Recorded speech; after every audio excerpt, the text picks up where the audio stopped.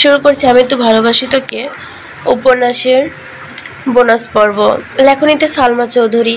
তানভীর চোখ ছোট করে গম্ভীর করে জানতে চাইলো, আমি প্রস্তাব কেন? মেঘে এপাশ ওপাশ মাথা দুলিয়ে আস্তে করে বলল, বলবো না, না বলে যেতে দিব না। কিন্তু মেঘ চুল সরিয়ে সিঁড়ি দিয়ে যেতে যেতে মেঘি সরো বলল, তুমি যে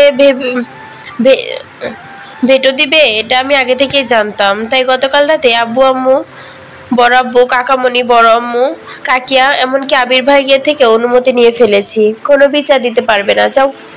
মেঘ এক প্রকার নাচতে নাচতে রুমে চলে গেছে। মিমও তার পিছে পিছে ছুটছে। তানভীর আগে কটমট করছে। ইদানিং মেঘে দুষ্টুমির মাত্রা অনেক বেড়ে গেছে।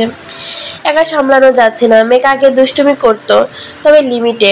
আবির আসার পর সে আর অনেকটাই শান্ত হয়ে গিয়েছিল। আবিরের সাথে মনোমালিন্য কারণে 8-9 বছর কথা হয়নি, সে থেকে দূরত্ব কমাতে একটু সময় লেগেছে। অ্যাডমিশন টেস্ট আর আবিরের প্রেমে হাবুডুবু খেতে খেতে দুষ্টুমির চিন্তা মাথায় আসেনি। এখন সেই দুষ্টুমি ভূত আবারও যেন নাড়াচাড়া দিয়ে উঠেছে। আবির কোনো কারণে অভিমান করলেও মেঘের সামনে সেই অভিমান 1 মিনিটেও টিকে থাকতে পারে না। আবির যতক্ষণ না হাসবে ততক্ষণ মেঘের আজগুবি কথাবার্তা চলতে থাকবে। গতকালও তেমনই ঘটেছে। মেঘ একা ঘুরতে যাওয়ার ব্যাপারে আবির রাজি ছিল না, তাই আবিরকে রাজি করাতে মেঘ বহু কড়খড় পুড়িয়েতে হয়েছে। এক পর্যায়ে তেলাপোকার আর্তনাদ গল্প শুনে আবিরকে পটিয়ে ঘুরতে যাওয়ার জন্য অনুমতি নিয়েছে, তবে অবশ্য শর্ত সাপেক্ষে। আবির মেসেজের 3 পাতার একটা লিস্ট পাঠিয়েছে, সেখানে কি কি করা যাবে, কি করা যাবে না, কিভাবে চলতে হবে সব নির্দেশনা দেওয়া। মেঘ সব শর্ত মেনে রাজি হয়েছে। মেঘ আর মিম রেডি হয়ে রুমে চলে গেছে। তানভীর আবিরকে কল দিয়ে রাজি হয়ে বলল, ভাইয়া, তোমার কলিজাকে আমি আর সামলাতে পারছি না, সে এখন আমার কলিজা ছিঁড়ে ছিদ্র করে ফেলছে। আবির মৃদু এসে বলল, আর তো কয়েকটা দিন, একটু সহ্য করে নে। তুমি না কি ঘুরতে যাওয়ার জন্য অনুমতি দিয়েছো? কি করব বল? এমনভাবে আবদার করলো যে যেতে না দিয়ে পারিনি। কোথায় যাবে কিছু বলেছে? বন্যা, মিনহাজ ওদের সাথে বের হবে বলল। আমি নিয়ে গেলে কি হতো? ইদানিং মনে হয় 2 বান্ধবীর মধ্যে মনোমালিন্য চলছে। ভার্সিটিতে কেউ কারোর সাথে কথা বলে না। গত 2 দিন যাবৎ ভার্সিটিতে আসেও না। কল দিলাম, রিসিভও করেনি। আজ আবার ঘুরতে যাচ্ছে, বিষয়টা ভালো লাগছে না। তুই ওদের চিনিস না, মনোমালিন্য থাকলেও দেখবি ঠিক আজকে মিলে গেছে। সেটাও ঠিক। আচ্ছা, পরে কথা হবে। ওকে। 3টার দিকে মেঘ আর মিম সেদিনের কেনা ড্রেস পরে সেজেগুজে বেরিয়েছে। তানভীর সূক্ষ্ম নেত্রে তাকিয়ে আছে, কিন্তু কিছু বলছে না। মেঘ যেতে যেতে তানভীরের দিকে তাকিয়ে জিভ ভেঙচি কাটলো। তানভীর চোখ সরাতেই মেঘ দাঁত কেলিয়ে চলে গেছে। বাসার সামনে থেকে রিক্সা করে 2 বোনে গন্তব্যের উদ্দেশ্যে রওনা দিল। ফোনের লোকেশন দেখে মিনাজের দেওয়া ঠিকানায় পৌঁছেছে। বন্যা আগে থেকে সেখানে উপস্থিত। মিনাজ আর তামিম কাছে একটা বাসায় থাকে। সেখান থেকে একটা টেবিল এনে একটা খালি জায়গায় রেখে তার উপরে কেক আর বক্স রেখেছে। আজ তামিমের মিথ্যা জন্মদিন, সেই উপলক্ষেই আয়োজন। গত 5 দিনে বন্যার সাথে মেঘের ফোনে কথা হয়নি বললেই চলে। ক্লাসে গেলেও তেমন কথা হয়নি। সারাক্ষণ ভাইয়ের বিয়ে নিয়েই বকবক করতো মেঘ। গত 2 দিন ক্লাসেও আসেনি বন্যা। বন্যার ব্যাপারে কথা বলার জন্য গত পরশু বন্যার অনুপস্থিতিতে মিনাজের সাথে আলোচনা করে মেঘ। মেঘের প্ল্যান জানিয়ে মতামত দিয়েছে মিনহাজ, এমনকি মিনাজদের থ্রেডও দিয়েছে, আবির বা তানভীরকে কিছু জানতে না পারে। সেই মিনাজের আনব্লক করে ফেসবুকে অ্যাড করে ওদের একটি গ্রুপ খুলেছে। সেখানে গত 2 দিনে মেঘ আর মিম যা যা করেছে সব আপডেট আছে। এমনকি কাল বিকালে মিম আদি মেঘ মিলে তানভীরকে জোর করে ফেসিয়াল করিয়েছে, সেই ছবি তুলেও গ্রুপে দিয়েছে। বন্যা সব মেসেজ দেখলেও কোনো রিপ্লাই করেনি। তানভীরের ফেসিয়ালের ছবি দেওয়ার পর বন্যার নেটেও নেই। মেঘ সন্ধ্যার পর মিষ্টিকে দিয়ে বন্যার নাম্বারে কল দিল। 2-3 বার কল দেওয়ার পর বন্যার বোন কল রিসিভ করে জানালো বন্যার জ্বর 104 ডিগ্রি। রাতে মিষ্টি আরও 2-3 বার কল দিয়ে খোঁজ নিয়েছে, কিন্তু মেঘ একবারও কল দেয়নি।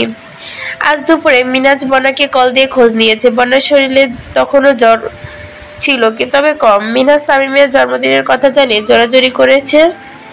এটা বলেছে মেঘের দেয়া ড্রেসটা পরে আসে যেন। বন্যা তাতে জিজ্ঞেস করেছিল, আমি যে অসুস্থ এটা মেঘ জানে? মিনাজ স্বাভাবিক কণ্ঠে উত্তর দিল, জানলেই বা কি? মেঘ তো এখন তোর কথা ভাবার সময় নেই, সে তার ভাবি নিয়ে ব্যস্ত। বন্যা আর কিছু না বলে কল কেটে দিয়েছে। শুধুমাত্র বন্ধুদের কথা ভেবেই শৈলে জ্বর নিয়ে বন্যা আসছে। মেঘ দুহাত পেছনে রেখে সোজা টেবিলের কাছে দাঁড়ালো। মিম পাশের টেবিলে দাঁড়িয়ে সবাইকে উপস্থিতি সামাল দিতেই বলছে, বন্যা আপু কি অসুস্থ? বন্যা উত্তর দেওয়ার আগে মেঘ মিমের দিকে তাকিয়ে রাগী স্বরে বলল, তুই কি বন্যার খোঁজ নিতে আসছিস? যার জন্মদিন তাকে উইশ কর। মিম আস্তে করে বলল, সরি। মিম পরপর মিনহাজের দিকে তাকিয়ে happy birthday to you Tamim ভাইয়া বলেছে। মিনহাজ হেসে বলল, আমি তামিম না, আমি মিনহাজ। জানি, এখন আমি কি করব? না মানে আমার দিকে তাকিয়ে উইশ করলা তাই বললাম। ইচ্ছে করেই করেছি। মানে? মিম কিশোরে শুধালো, আজ কার জন্মদিন? মিম মনে মনে বিড়বিড় করলো, জন্মদিনের গন্ধই নেই, উইশ নিয়ে পড়ে আছে। তামিম কথা কাটিয়ে বলে, আরে বাদ দে রে, জন্মদিন যারই হোক, কেক সবাই মিলেই খাবো। বন্যা চাপা স্বরে বলল, তাড়াতাড়ি কর, বাসায় যেতে হবে। তামিম তপ্ত স্বরে বলল, বাইকে আসার সময় ছুরিটা রাস্তায় পড়ে গেছে। মেঘকে বলছিলাম ছুরি নিয়ে আসতে। মেঘকে উদ্দেশ্য করে শুধালো, ছুরি নিয়ে আসছিস? মেঘ বন্যার দিকে তাকিয়ে পেছন থেকে এক হাত সামনে এনে টেবিলে রেখে মিনহাজকে চেঁচিয়ে উঠল, তোকে কেক কাটার প্লাস্টিকে ছুরি আনতে বলছিলাম, তুই তো মানুষ কাটা ছুরি নিয়ে আসলি কেন? মেঘ বন্যার দিকে তাকিয়ে উত্তর দিল, কোনো কাজে লাগবে না, যা। তামিম চোখ বড় করে বলল, ভাবি আমাদের সেই মুডে আছে, আজ এসপার নয় ওসপার করে ছাড়বে। বন্যা ঢোকিলে শান্ত স্বরে বলল, ওর মুডে থাকার দিন ও তো মুডে থাকবে, কে কাটলে কাট, না থাকলে আমি চলে গেলাম। মেঘ ছুরিটা এপাশ ওপাশ ঘুরিয়ে কাঠের টেবিলের মাঝ বরাবর ছুরি পুঁততে পুঁততে রাগী কণ্ঠে হুক্কার দিল, আজ এখানে ছাড়া আমি ছাড়া আর কেউ কারো কথা চলবে না। মেঘের এমন আচরণে বন্যা সহ বাকিরা কেঁপে উঠল। মেঘ বন্যার দিকে তাকিয়ে ধীর কণ্ঠে বলল, তোর লাস্ট ওয়ার্নিং দিচ্ছি, আমার সাথে নাটক করার চেষ্টা করিবি না। তাল বাহানা করলে একদম মেরে তাল গাছের তলায় ফেলে যাব। বন্যা ভুরু গুটিয়ে গম্ভীর কণ্ঠে জিজ্ঞেস করলো, স্নিগ্ধ শীতল হাওয়ার বইছে। মেঘ টেবিলের পাশ কাটিয়ে বন্যার সামনে দাঁড়ালো। মেঘের দুহাত পেছনে, মিষ্টি ফোন বের করে ভিডিও অন করলো। বাকিরা দুষ্টু সূচক দৃষ্টিতে মেঘকে দেখছে। মেঘ বিধ্বংসী মনোভাব দেখে বন্যা কিছুটা ভীত হয়ে আছে। মেঘ রক্তিম আকাশের পানে তাকিয়ে উষ্ণ স্বরে নিঃশ্বাস ছেড়ে বন্যার অভিমুখে তাকিয়ে বলতে শুরু করলো, আমার হৃদয়ে সবটুকু জুড়ে যাদের অস্তিত্ব তাদের মধ্যে তুই একজন। আমার প্রাণ চলল তোর অবস্থা রক্তিম অরুণের মতোই। তুই পাশে আছিস বলে আমি বারংবার ভেঙে চুরে নবরূপে রাঙিয়েছি নিজেকে। তোর প্রতি আমার বিশ্বাস সুবিশাল, সুবিধার গভীরতার ন্যায়। তোকে বন্ধু হিসেবে পেয়ে আমি প্রাপ্তির খাতা পূর্ণ হয়ে গেছে। আমি জানি তুই নিজে থেকে বেশি আমায় ভালোবাসিস, আর আমার থেকেও বেশি ভালোবাসিস আমার ভাইকে। তুই বুঝতেই পারিস না তানভীর ভাইয়ের জন্য তোর বুকের কোন পাশে বিদ্যমান 300 গ্রামের হৃৎপিণ্ডটা প্রতিনিয়ত ঠিক কতটা অস্বাভাবিকভাবে স্পন্দিত হয়। ভাইয়ের তৎসমচ্ছন্ন খনি হৃদয়ে একগুচ্ছ আতশবাজি তুই, বিষাদের নেত্র অভিপ্রায় একমাত্র প্রণয়ী তুই। ভাইয়ার বেপরোয়া জীবনে সাজানোর উত্তম উপকৃষ্ট হবি তুই। কথা দিচ্ছি ভাইয়ার জীবনে অদ্বিতীয়তা হয়ে থাকবি সারা জীবন। বন্যা হতবিহ্বল, দৃষ্টি নিরেট। বন্যা নিস্তব্ধ আখি যুগল মেঘের অভিমুখে তাকে স্তব্ধ হয়ে আছে। মেঘ হাঁটু গেড়ে বসে বন্যার পেছন থেকে গোলাপ ভর্তি হাত সামনে এনে বন্যা দিকে ধরে জিভ দিয়ে ঠোঁট ভিজে মোলায়েম কণ্ঠে বলল, তুই কি আমার ভাইয়ের কল্পনার রাজ্যের কল্পতরু হবি, তার সংকীর্ণ সাম্রাজ্যের মহারানী হবি? বন্যা চোখ টলমল করছে, জ্বরের ঘরে ভার হয়ে থাকা মাথাটা অনবরত ঘুরছে, মসৃণ গাল বেয়ে অশ্রু গড়িয়ে পড়ছে। বেশ সময় লাগলো না, গত পরশু 5 দিন গুমড়ে গুমড়ে কেঁদেছে মেয়েটা। বন্যার চোখ মুখ দেখেই বোঝা যায়, বন্যার দুটো চোখ বেয়ে অনর্গল পানি পড়ছে। মেঘ মিমের দিকে তাকিয়ে গুরুগম্ভীর কণ্ঠে বলল, তোকে কি দাওয়াত দিতে হবে? মিম থমথম খেয়ে সরি বলল, তোমার কথা শুনে টাসকি খেয়ে ফেলেছিলাম। মিম এগিয়ে এসে মেঘের পাশে হাঁটু গেড়ে বসে সেও ফুলে তোরা হাতে নিয়ে দুহাত এক পাশে সরে উঠে বলল, আপনি কি আমার ভাবি হবেন? তানভীর খানের একমাত্র বউ হবেন? বন্যার শরীর কাঁপছে। ভেজা চোখে মেঘ আর মিমের দিকে তাকিয়ে তামিম রাশভারী কণ্ঠে বলল, বন্যা ভাবি তাড়াতাড়ি রাজি হন, নয়তো মেঘ ভাবির মাথা আবার গরম হয়ে যাবে। বন্যা সবার দিকে তাকালো। মিনহাজ, তামিম, সাদি একসঙ্গে দাঁড়িয়ে আছে। মিষ্টি একটা ভিডিও করছে। বন্যা পুনরায় মেঘের দিকে তাকালো। মেঘ স্ট্রং থাকলেও মিম এক পায়ে দাঁড়িয়ে থাকার ভার হচ্ছে না, মেঘের উপর হেলে পড়ছে। মেঘ তড়িঘড়ি করে চেঁচিয়ে উঠল, আরে বেটি তাড়াতাড়ি বল না, পড়ে যাচ্ছি তো।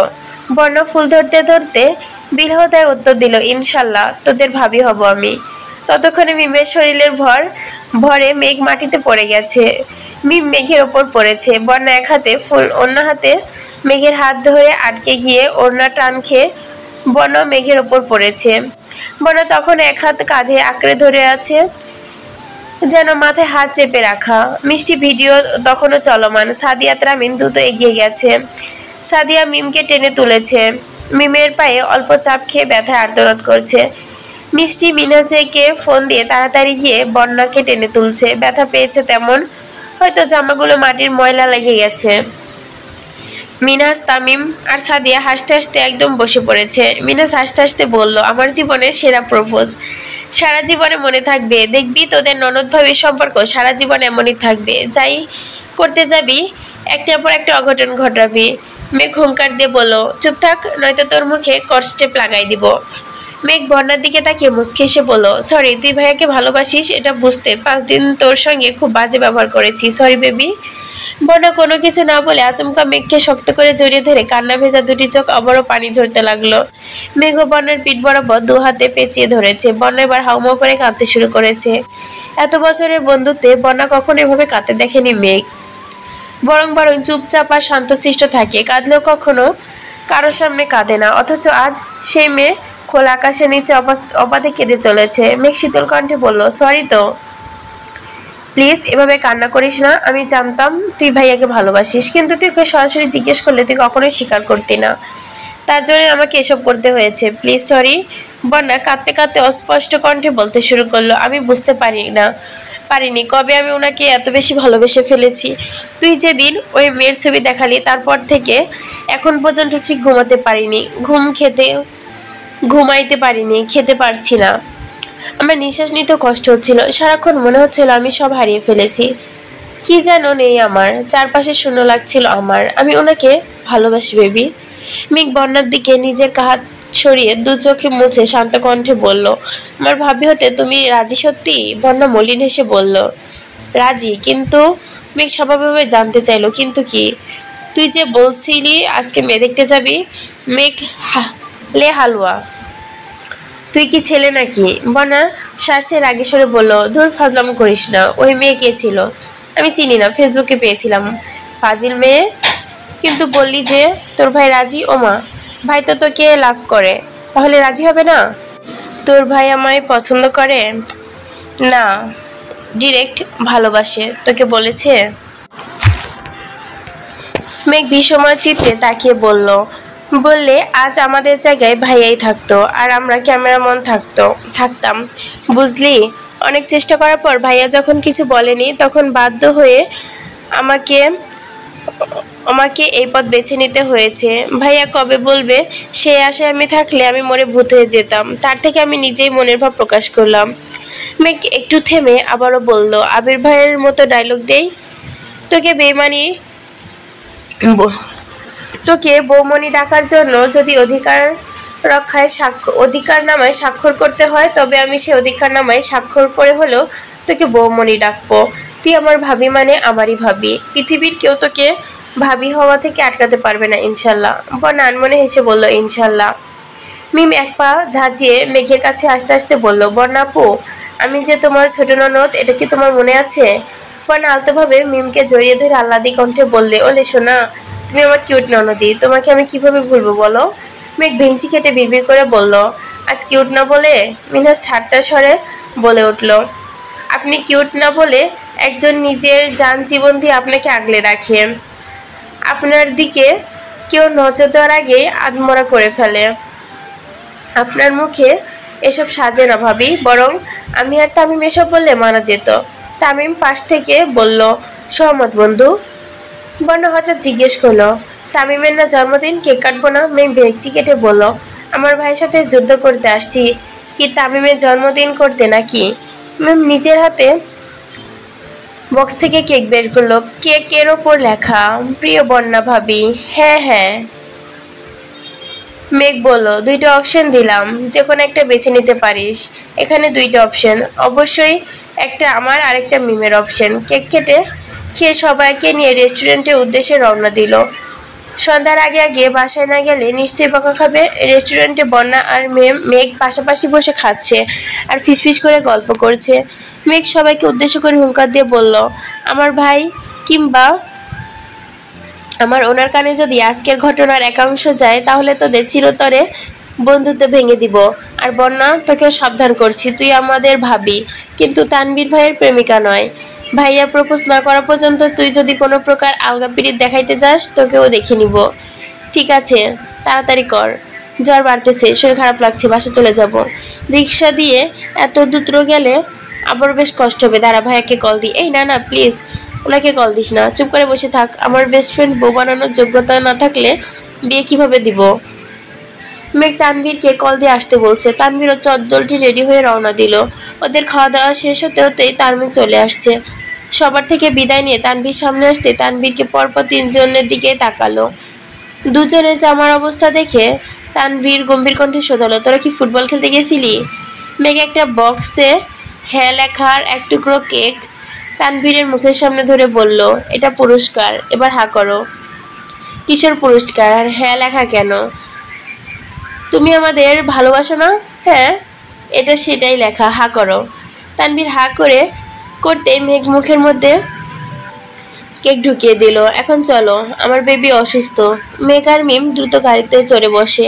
বনার মাথা ঘুরছে, তবুও আস্তে করে পা বাড়ালো। তানভীর উদ্বিগ্ন জানতে চাইলো, কি হয়েছে তোমার? জ্বর। জ্বর শব্দটা কানে বাজতে তানভীর এগিয়ে এসে বন্যার কপালে হাত রাখলো। সঙ্গে সঙ্গে বন্যার শরীরে ঝাঁকুনি দিয়ে উঠেছে। মেঘ আর মিম দূর থেকে এই দৃশ্য দেখে দ্রুত মেঘ মিমের চোখ থেকে মেকিসরে বলল, রোমান্টিক সিন দেখার বয়স হয়নি তোর। তানভীর পেশিবহুল হাতে নজর পড়তেই বন্যার চোখ নামিয়ে আঙ্কিত কণ্ঠে বলল, হাত সরান। হাত সরাবো কেন? এত জ্বর নিয়ে বাইরে ঘুরছো কেন? কোন সাহসে? আমার হাতে এত ফুল, আর তোমার হাতে এত ফুল কেন? কে দিয়েছে? কে কি বা কিসে ছিল? বন্যা কি বলবে বুঝতে পারে না, আস্তে করে বলল, তামিমের। এইটুকুতে তানভীরের কপাল থেকে হাত সরিয়ে চিৎকার করে বলল, তামিম তোমার ফুল দিয়েছে? না না। তাহলে কে দিয়েছে? মেঘ। সত্যি তো? বিশেষ হলে মেঘকে জিজ্ঞাসা করুন। বোনকে জিজ্ঞাসা করার প্রয়োজন নেই। ডাক্তার দেখিয়েছিলে? না, ওষুধ খেলেই কমে যাবে। তানভীর অগ্নিদৃষ্টিতে তাকিয়ে শক্ত কণ্ঠে বলল, এই মেয়ে, তুমি এত কেয়ারলেস কেন? সেদিন জামাই প্রেশার কম, খাওয়া দাওয়া করতে ঠিক মতো কথা বলে মানো না কেন? উল্টা জ্বর বাঁধিয়েছ। বন্যা কিছু না বলে মাথা নিচু করে চলে যাচ্ছে। তানভীর পিছন পিছন গজগজ করতে করতে যাচ্ছে। কল রিসিভ করে না। কিছু জিজ্ঞেস করলে উত্তর দেওয়ার প্রয়োজন মনে করো না। নিজের যত্ন পর্যন্ত নেয় না। এর থেকে রোবট শর্তগুলো ভালো বোঝে। বন্যার সামনে যেতে যেতে তানভীরের কথা শুনে মুচকি হাসলো। বন্যা ডাক্তার দেখিয়ে তার ঔষধ নিয়ে সাথে কিছু ফল কিনে বাসা পর্যন্ত পৌঁছে দিয়ে তারপর বাসায় আসছে ওরা। সারাদিনের ক্লান্তিতে মেঘ মাগরিবের নামাজ পড়ে ঘুমিয়েছে। ফোন টেবিলের উপর সাইলেন্ট অবস্থায় পড়ে আছে। আবির সন্ধ্যার পর থেকে সবার সাথে কথা বলে মেঘের সাথে কথা বলতে চেয়েছিল, কিন্তু মেঘ আশেপাশে নেই শুনে তেমন আর জোর করেনি। কিন্তু মেঘের সাথে কথা বলার জন্য মনটা ছটফট করছে। মেঘ বাসায় পৌঁছে দিয়ে তানভীর একটা কাজে শহরের বাইরে গেছে, আগামীকাল ফিরবে। মেঘের সাথে কথা বলার জন্য 2-3 বার আম্মু আর মামুনির নাম্বারে কল দিয়েছে, কিন্তু মেঘের কথা বলতে পারছে না। কাকিয়ার ফোন পায় মিমের কাছে থাকে, সেই ভেবে কাকিয়ার ফোনে কল দিয়েছে, কিন্তু আজ ফোন কাকিয়ার কাছে। আবির এই পর্যায়ে বাধ্য হয়ে ফুপিকে কল দিল। ফুপি এশার নামাজ পড়ছেন, তাই জান্নাত কল রিসিভ করে সালাম দিল। জান্নাতের কণ্ঠ বুঝতে পেরে আবির সালামের উত্তর দিয়ে স্বাভাবিক কণ্ঠে জিজ্ঞেস করলো, কেমন আছো? আলহামদুলিল্লাহ ভালো, তবে রেগে আছি। কেন আপু? ভাইয়া, আজ আমি তোমার ভাবি হিসেবে কথা বলছি। জি ভাবি বলুন। জান্নাত মনমরা হয়ে বলল, আমাদের বিবাহবার্ষিকীতে মেঘকে আসতে দিলে না কেন? আম্মুকে দিয়ে তোমাকে কতবার কল দিলাম, আমি নিজেও দিলাম, তানভীর ভাইয়াকেও পর্যন্ত কতগুলো কল দিয়েছি। এটা কি তুমি ঠিক করলে? আবির মুচকি এসে বলল, আমি চিন্তা করেছি আমার বউ এখন এখান থেকে একা কারোর সাথে বাসায় যেতে দিব না। একা একা ঘুরলে আমার কথা ভুলে যাবে। এই যে আজ বন্ধুদের সাথে ঘুরতে বেরিয়ে সারাদিন আমার খোঁজ নেয়নি। একদম ঠিক করেছে, এত বউ পাগল, যেহেতু বউকে নিয়ে চলেই যাইতা। আমি তো নিয়েই আসতাম, কিন্তু আপনার মামা শ্বশুর মানে আমার আব্বা জান শুনলে হার্ট অ্যাটাক করে ফেলবে, এই ভয়ে তো আর আনতে পারলাম না। মেহের আম্মু শুনলে মনে হয় হার্ট অ্যাটাক করতো না। জি না, আমার শ্বশুর অনেক স্ট্রং, আর ওনাকে যদি আজ বলি মেয়েকে পাঠিয়ে দিতে উনি এক কথায় রাজি হয়ে যাবেন। জান্নাত উত্তেজিত কণ্ঠে বলল, সত্যি মেজো মামা জানে? তুমি বলে ফেলেছো? আমি বলিনি, কিন্তু উনি রাজি। এটা আবার কেমন কথা? এটা এমন কথাই, সেসব বাদ দেন। এখন আমার বাসায় ফোন দিয়ে আমার বউটাকে ঘুম থেকে উঠিয়ে আমাকে কল দিতে বলুন, বউকে খুব মিস করছি। আমাকে এসব বলতে তোমার লজ্জা লাগে না? আপনি বললেন আজ আপনি আমার ভাবি, তাই দেবর হিসেবে ভাবির কাছে আবদার করাই যায়। রাখছি এখন। আচ্ছা। জান্নাত যথারীতি হালিমা খানকে কল দিয়ে মেঘের সাথে কথা বলার জন্য মেঘকে ঘুম থেকে তুলে আবিরের কথা বলেছে। মেঘ তড়িৎ বেগে ওয়াশরুম থেকে চোখ মুখে পানি দিয়ে এসে আবিরকে কল দিল। আবির অডিও কল কেটে ডিরেক্ট ভিডিও কল দিল। মেঘ ঘুম ঘুম চোখে তাকে সালাম দিল। আবির সালামের উত্তর দিয়ে তপ্ত স্বরে বলল, কারো কি আমার জন্য বিন্দুমাত্র চিন্তা হয় না? সরি, ঘুমিয়ে পড়েছিলাম। আমিও সরি ঘুম ভাঙানোর জন্য। মেঘ মুচকি এসে বলল, আপনার এই পরিবর্তনের পেছনে নিশ্চিত কোনো রহস্য আছে। কি রহস্য লুকান, বলুন তো? আবির লাজুক হেসে বলল, আমি বলুম না, আমার শরম করে। মেঘ চক্ষু যুগল প্রশস্ত করে বলল, আপনার শরমও আছে? আবির উত্তর না দিয়ে মেঘের দিকে নিষ্পলক চেয়ে তাকিয়ে বারবার ডাকছেন, কিন্তু আবিরের নজর স্থির। মেঘ এবার রাগী স্বরে বলল, এভাবে তাকিয়ে আছেন কেন? আপনার যেহেতু মনে হয় আমি নির্লজ্জ, তাই আজ থেকে নির্লজ্জের মতো আচরণ করব। মেঘ আহাম্মুকের মতো তাকিয়ে আছে। আবিরের দৃষ্টি মেঘের বরাবরই নাজেহাল করে। সেই সঙ্গে আবিরের উল্টাপাল্টা কথা। মেঘ এখন হতবহুল। আবির খানিক চুপ থেকে মোলায়েম কণ্ঠে শোধালো, শুনলাম কোথায় পড়ে গিয়ে জামা কাপড় নষ্ট করেছেন, শরীরে ব্যথা পেয়েছেন? না, তেমন ব্যথা পাইনি, কোমরে একটু লাগছে। কি হয়েছে? কোথায় গিয়েছিলি? একটা গুরুত্বপূর্ণ কাজ করতে গিয়েছিলাম, কাউকে বলা যাবে না। আমাকেও বলা যাবে না? আপনাকে অবশ্যই বলবো, কিন্তু এখন না প্লিজ। আপনি দেশে ফিরলে আপনাকে সারপ্রাইজ দিব। এখন কিন্তু আমার ভয় হচ্ছে। আবির মুখে অপ্রত্যাশিত কথা শুনে মেঘ বাবাক স্বরে বলল, গলা খাকার দিয়ে আস্তে করে বলল, ও নো, আপনি আমায় ভয় পান? কতটা? আবুর ভুরু কুচকে চাপা স্বরে বলল, আপনাকে না, আপনার কর্মকাণ্ডকে ভয় পাই। আবিরের আদুরে ভঙ্গিতে কথোপকথন শুনে মেঘ লজ্জায় নুতিয়ে পড়েছে। মুখ দিয়ে আর কোনো কথা বের হচ্ছে না। মেঘের দুগাল লাল হয়ে গেছে, নাকের ডগায় ঘাম জমে চকচক করছে। অডিও কল আর মেসেজে মেঘের কথার রাজত্ব চলছে। ভিডিও কলে আবিরের সাথে কথা বলতে মেঘ হিমশিম খেত। গত 1.5 বছর আবির যতটা ভদ্র থাকার চেষ্টা করেছে, এই 2-3 মাসে ভদ্রতা সেই মুখর সরে গেছে। সব বিধানিষেধ ভুলে মেঘকে আপন করে এক বিচিত্র প্রচেষ্টা চলছে। আবিরের অভিব্যক্তি দৃষ্ট সর্বক্ষণ ব্যক্ত করতে চায়। আবির সেই অবিচ্ছন্ন দৃষ্টিতে মেঘকে বরংবর ঘায়েল। আবিরের যতবারই না কথা বলে, কল কাটার আগে মেঘ শেষবার বলে, আই মিস ইউ। আবিরকে কিছু বলার সুযোগ না দিয়ে কল কাটে প্রতিবার। মেঘের এমন কর্মকাণ্ডে নিঃশব্দ হাসা ছাড়া আবিরের আর তেমন কিছুই করার নেই এখন। রাত 11টার দিকে তানভীর বন্যা নাম্বারে কল দিল। আজ প্রথম কল রিসিভ হলো। মনা মৃদু স্বরে বলল, আসসালামু আলাইকুম। ওয়ালাইকুম আসসালাম। জ্বর কমেছে কিছুটা? ওষুধ খেয়েছো? জি। আপনি খেয়েছেন? না। বন্যা উদ্বিগ্ন কণ্ঠে বলে উঠল, এত রাত হয়ে গেছে এখনো খাননি কেন? একটা কাজে শহরের বাইরে আসছিলাম, আজকে রাত হয়ে গেছে। তোমার দোকানপাট খোলা নেই? 2-1টা খোলা আছে, কিন্তু খাবার মান তেমন ভালো না, তাই খেতে ইচ্ছে করেনি। সারা রাত না খেয়ে থাকবেন? তুমি হঠাৎ আমার খাবার নিয়ে তো চিন্তা করছো কেন? ঘটনা কি?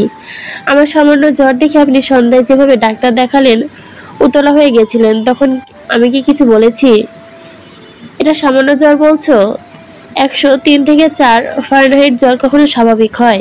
তার থেকে বড় কথা, এত জ্বর নিয়ে তুমি ঘুরতে বের হয়েছিল কোন বিবেকে? এটাই তোমার মিউচুরিটি বুঝি? আমি কখন বললাম আমি মিউচুর? তাছাড়া আজ না বের হলে হয়তো জীবনের সেরা মুহূর্ত মিস করতাম। মানে কিসের সেরা মুহূর্ত? তেমন কিছু না, তবে অনেক কিছু। বনুর মতো তুমিও শুরু করো না প্লিজ। এমনিতে খাইনি, মাথা ঘুরছে। তোমার কথা শুনে মনে হচ্ছে এখনই বেহুশ হয়ে যাব। কি হয়েছে বলো প্লিজ। বনু ফিক করে হেসে বলল, আপু আসছে, বাই। বনু কল কেটে দিয়েছে। তানভীর থমথম মেরে বসে আছে। একটু পর আবির মেসেজ দিল। খানিক বাদে আবিরের কল আসছে। রিসিভ করতে আবির বলল, তোকে আমি একটা কাজ দিয়েছি, তা না করে এত রাতে কার সাথে কথা বলছিলি? তানভীর স্বাভাবিক কণ্ঠে জানালো, বনের সাথে কথা বলছিলাম। আজ তোমার কাজ শেষ করেই কথা বলছি। আমি তো তোমার মতো না যে সব কাজ ফেলে বইয়ের সঙ্গে প্রেম করতে লেগে যাই। ধুর, বেশি কিছু বলতেও পারি না, কারণ বোনটাই আমার। আমি ঠাট্টার সঙ্গে শুধালো, এত রেগে আছিস কেন? কি হয়েছে? রেগে থাকবো না, একটা গুরুত্বপূর্ণ বিষয় নিয়ে আলোচনায় বসেছি, সবকিছু ফাইনাল। তোমার সিদ্ধান্ত নেওয়ার জন্য জাস্ট কল দিয়েছি।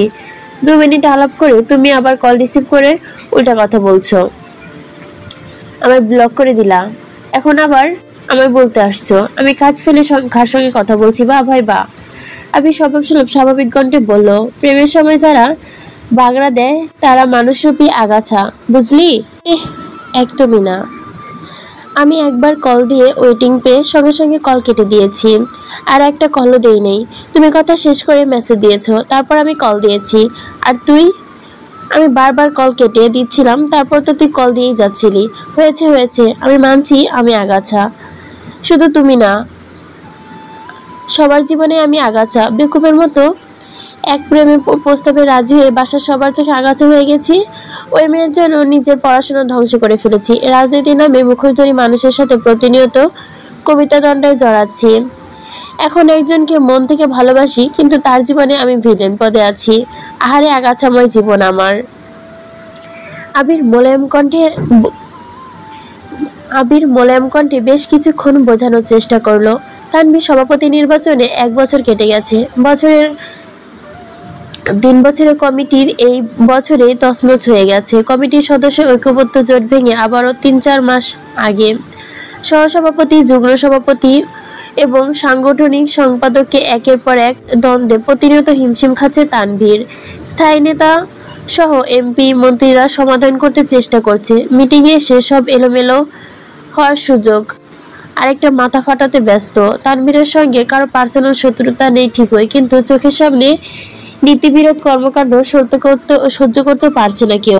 সেই সঙ্গে বন্যাকে নিয়ে আছে সুদূর প্রসারী চিন্তায়। বন্যার পরিবার, বন্যার বাবা সরকারি চাকরিজীবী, বড় বোনও তাই।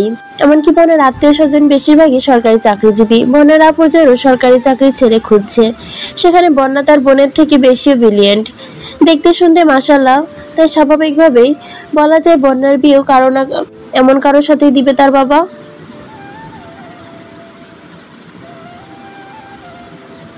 বন্যার বংশের কেউই কখনো রাজনীতি করেনি।